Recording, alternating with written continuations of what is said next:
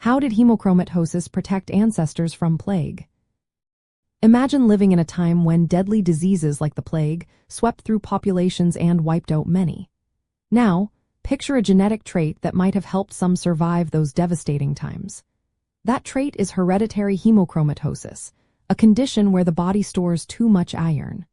While today we know it can cause liver damage and increase cancer risk if untreated, in the past, it might have offered a surprising advantage. Hereditary hemochromatosis is caused by mutations, especially in the HFE gene, which affect how the body handles iron. Normally, our bodies tightly regulate iron levels because bacteria and other pathogens need iron to grow and spread. When someone has hereditary hemochromatosis, their body tends to have higher overall iron levels, especially in the liver.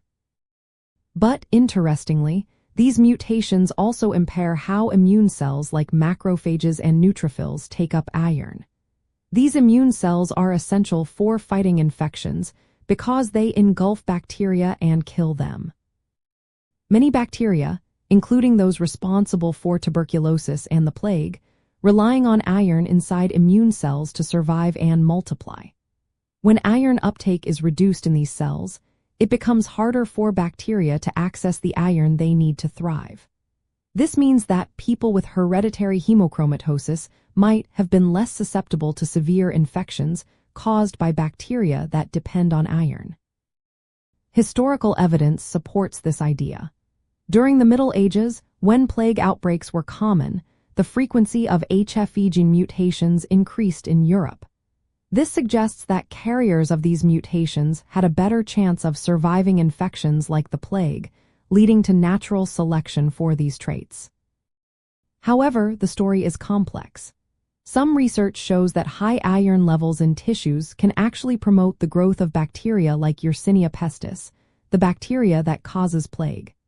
For example, there are cases where individuals with hereditary hemochromatosis died from septicemic plague, indicating that excess iron in tissues can sometimes worsen infections.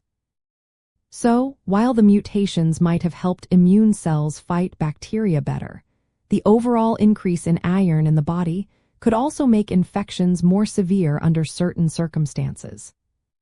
From a modern health perspective, hereditary hemochromatosis is a concern because excess iron can damage the liver, leading to inflammation, scarring, and even liver cancer.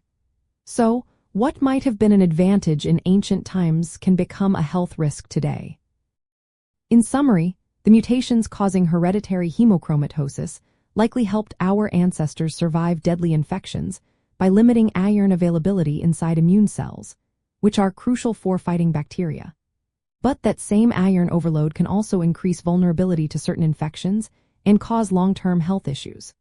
Understanding this balance shows how our genetics can be shaped by the challenges faced by our ancestors, but also how they can pose risks in modern life.